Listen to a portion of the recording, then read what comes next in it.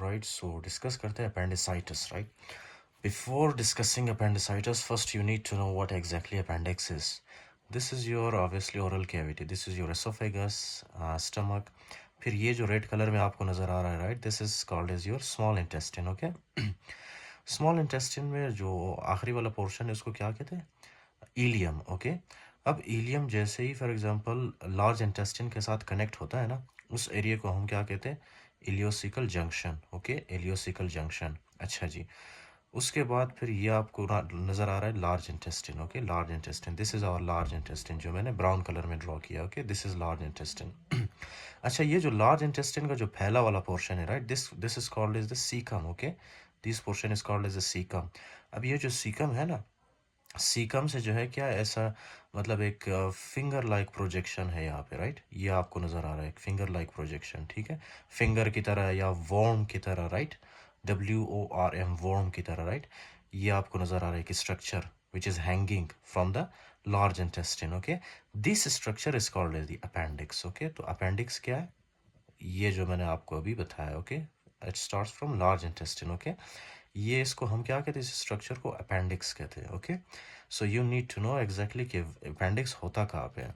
अब क्या है कि फॉर एग्जांपल अच्छा जी, तो अपेंडिक्स की ब्लड सप्लाई क्या है? फर्स्ट ऑफ ऑल थोड़ा सा आपको बता देता हूँ, राइट, कि अपेंडिक्स इसकी ब्लड सप्लाई क्या है। इसकी जो आर्टरी है, right, that is appendicular artery which is a branch of ileocaecal artery, okay. And इसी तरह से जो है ये किस में ड्रेन करता है? वेनस ड्रेनेज इसका कहाँ पे होता है?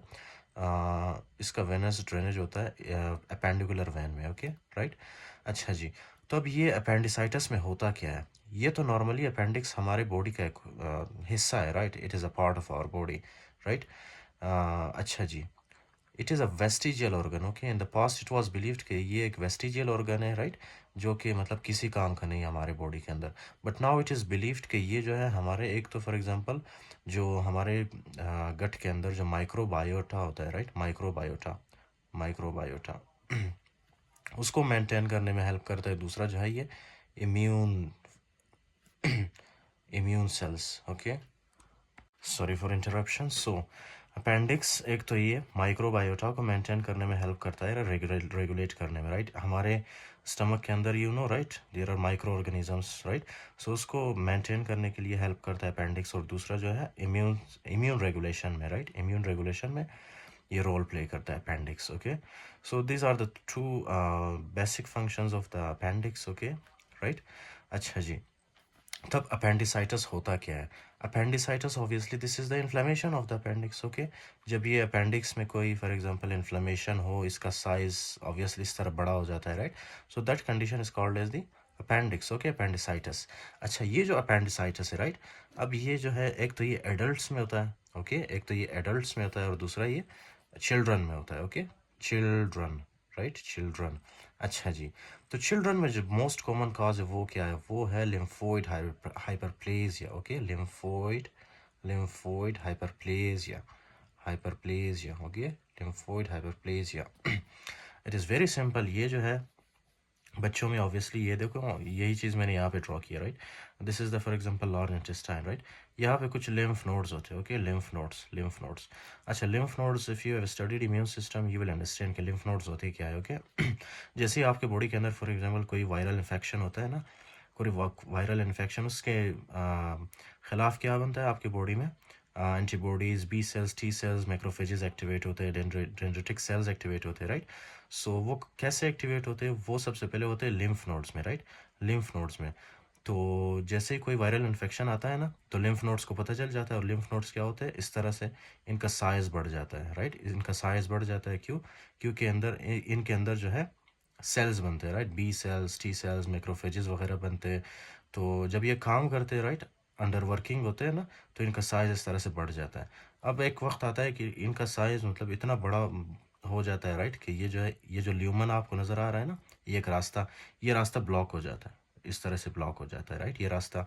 तो एज अ रिज़ल्ट क्या होगा कि ये जो अपेंडिक्स है ना, इसका दरवाज़ा बंद हो गया, राइट, अभी इसका ल्यूमन बंद हो गया, राइट। तो क्या होगा कि जितना भी फॉर एग्जांपल इसके अंदर अपेंडिक्स के अंदर सिक्रीशन होगा ना, ये अपेंडिक्स नॉर्मली क्या करता है? म्यूकस सिक्रीट करता है। तो वो म्यूकस इसके अंदर ऐसे सिक्रीट होता जाएगा, right. So this is the normal mechanism, okay. क्यों अपेंडिसाइटिस होता है? क्योंकि यहाँ पे जो है इसका जो ल्यूमन है ना, इसका दरवाज़ा बंद हो जाता है, राइट। जब ये बंद होता है तो पीछे इन्फ्लामेशन होती है, ओके। ये है चिल्ड्रन में लिम्फोइड हाइपरप्लेजिया। ये हमारे लिम्फ नोड्स, इनकी क्या होती है, ये साइज में बड़े होते हैं, इनका सेल नंबर में ज़्यादा होता है, right, due to cell division. फिर उसके बाद है एडल्ट्स। एडल्ट्स में क्या है? एडल्ट्स में जो मोस्ट कॉमन काज है वो है फिकलित, ओके। फिकलित मोस्ट कॉमन काज है। क्या है कि कभी कभी जो है ना फिकलित यहाँ पे आके फंस जाता है, राइट। नॉर्मली क्या होता है, ये फीकल ने जो है इस तरह से, मतलब फीकस ने इस तरह से ऊपर जाना होता है, राइट। फीकल ने इस तरह से लार्ज इंटेस्टिन से होते हुए इसने बाहर जाना है, राइट। अच्छा, लेकिन कभी कभी क्या होता है कि यही फीकलित जो है इस तरह से आके फंस जाता है यहाँ पे in the lumen of the appendix, okay. तो जब ये फंस जाता है यहाँ पे, एज अ रिजल्ट क्या होगा, ये अपेंडिक्स अब हमारे पास एक पाउच बन गया है, राइट। एंड ये इस पाउच के अंदर जो है अब क्या होगा, म्यूकस सिक्रीशन होगा, राइट। यही अपेंडिक्स मैंने यहाँ पे ड्रॉ किया है। See, this is the lumen of the appendix, okay, which is blocked, okay. अब क्या होगा, सबसे पहले जो है ये अपेंडिक्स क्या प्रोड्यूस करेगा, mucus, a lot of mucus, okay. Mucus produce होता जाएगा, राइट। एक वक्त आएगा कि इतना ज़्यादा इसमें म्यूकस होगा कि इसके अंदर जो है अपेंडिक्स के अंदर प्रेशर ज़्यादा होगा, okay, increase in pressure, right. Mucus produce होने की वजह से ऑब्वियसली अगर आप इसके अंदर पानी भी डाल दे तो क्या होगा, एट द एंड ये इस तरह से फूल जाएगा, right. It will enlarge in size, इस तरह से बड़ा होगा, ओके, इस तरह से बड़ा होगा, राइट। क्यों? क्योंकि इसके अंदर जो है म्यूकस प्रेशर डाल रहा है, ओके। तो प्रेशर ज़्यादा होने की वजह से ये इस तरह फूल जाता है, ओके। अच्छा जी, तो एक तो इसके अंदर म्यूकस ज़्यादा हो जाता है। अब म्यूकस ज़्यादा होने की वजह से आपको पता है इसी अपेंडिक्स के अंदर आपके पास इस तरह से कुछ बैक्टीरियाज होते हैं, right. E coli, right. E coli bacteria, एक और बैक्टीरिया जैसे कि बैक्टीरियाड्स फ्रेजिलिस, ओके। तो ये बैक्टीरियाज होते हैं। ये बैक्टीरिया क्या करते हैं, इनको एक फेवरेबल एनवायरनमेंट मिल जाता है ऑब्वियसली, राइट, म्यूकस में। तो ये क्या करते, ये जो है प्रोलिफरेट करना स्टार्ट करते, राइट। ये मल्टीप्लाई होते या प्रोलिफरेट करना स्टार्ट करते या कॉलोनाइजेशन होती है इनकी, राइट। तो ये तादाद में बढ़ जाते हैं, राइट, दे विल मल्टीप्लाई। अच्छा, तो ये मल्टीप्लाई होने के बाद ये क्या करते हैं, मल्टीप्लाई होने के बाद ऑब्वियसली यहाँ पे क्या बन जाता है म्यूकस। उसके अलावा जो है यहाँ पे इन्फ्लेमेशन करवाते हैं bacteria, right. As a result of that जैसे ही इन्फ्लेमेशन होता है तो क्या होता है आपके बॉडी के अंदर, वाइट ब्लड सेल्स आपके आ जाते हैं, right, white blood cells, right. ये वाइट ब्लड सेल्स क्या करते हैं, at the site of infection आ जाते हैं, right. At the site of infection आ जाते हैं तो यह वाइट ब्लड सेल और इकोलाई या मतलब बैक्टीरिया, इनके दरमियान क्या होता है, यहाँ पे अपेंडिक्स में फाइट होती है, राइट। फाइट होती है, फाइट में कुछ वाइट ब्लड सेल्स मारते हैं उनको, कुछ मर जाते हैं, राइट। सो इन शॉर्ट क्या होता है कि एक इन्फ्लेमेटरी कंडीशन डेवलप होती है, राइट, इसके अंदर अपेंडिक्स के अंदर। As a result of that क्या होगा, एट द एंड क्या फॉर्म होगा पूरे अपेंडिक्स में, पस फॉर्मेशन होगी, पस फॉर्मेशन, राइट। अब ये जो है पस विद टाइम जो है ना ये ज़्यादा होता जाएगा, ज़्यादा होता जाएगा, राइट। क्योंकि यही प्रोसेस चल रहा होता है। एक टाइम आएगा कि ये जो अपेंडिक्स है ना इसका साइज़ बहुत ज़्यादा बड़ा होगा इस तरह से, राइट।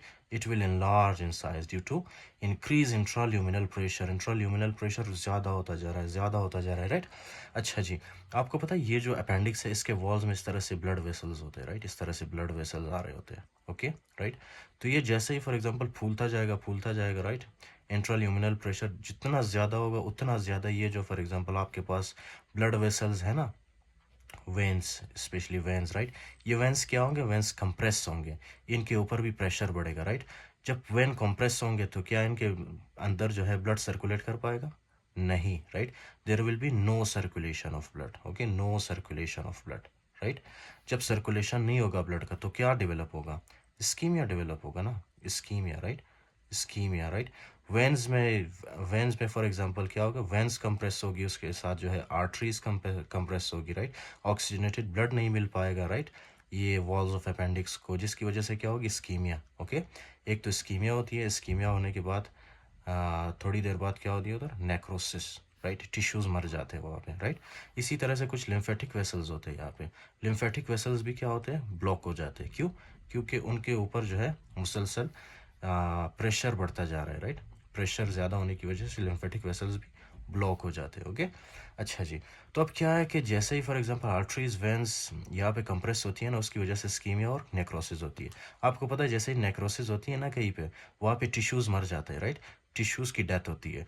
टिश्यूज़ के डेथ होने की वजह से वो जो फॉर एग्जांपल वॉल है ना वो वीक हो जाता है, ओके।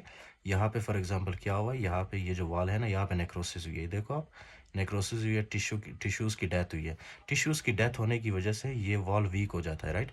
तो जैसे ही प्रेशर और ज़्यादा होगा, राइट, प्रेशर जब और ज़्यादा होता है, ऑब्वियसली ये वाला जो वॉल है ना, इसके रप्चर होने के चांसेस ज़्यादा हो जाते हैं, ओके। इंक्लूडिंग दैट ये जो हमारे पास बैक्टीरिया वगैरह है वो क्या करते हैं, पहले म्यूकोज़ा को डैमेज करते हैं, फिर सब म्यूकोज़ा को डैमेज करते हैं, राइट। इसी तरह से ये डैमेज करते जाते हैं, पूरे वॉल को डैमेज करते हैं, राइट। और जहाँ पे नेक्रोसिस होती है वो वाला एरिया ज़्यादा वीक होता है, राइट, अपेंडिक्स का। तो वो वाला एरिया जब वीक होता है, जब इसके अंदर ज़्यादा प्रेशर बढ़ जाता है, तो एक टाइम आता है कि ये वाला नेक्रोटिक एरिया जो है ये फट जाता है, यहाँ से रप्चर होता है, राइट। रप्चर होता है तो जितना भी फॉर एग्जांपल अपेंडिक्स के अंदर जो एब्सेस बना था, राइट, एब्सेस या पस, वो क्या होता है, वो इस तरह से लीक होता है, राइट। ये ये जब अपेंडिक्स फॉर एग्जांपल यहाँ से रप्चर होता है तो सारा जो पस है वो बाहर निकलता है, right, in the peritoneal cavity, okay. Peritoneal cavity में ये आ जाता है, right. Because of that the patient will develop peritonitis, peritonitis, okay, peritonitis इस तरह से होता है।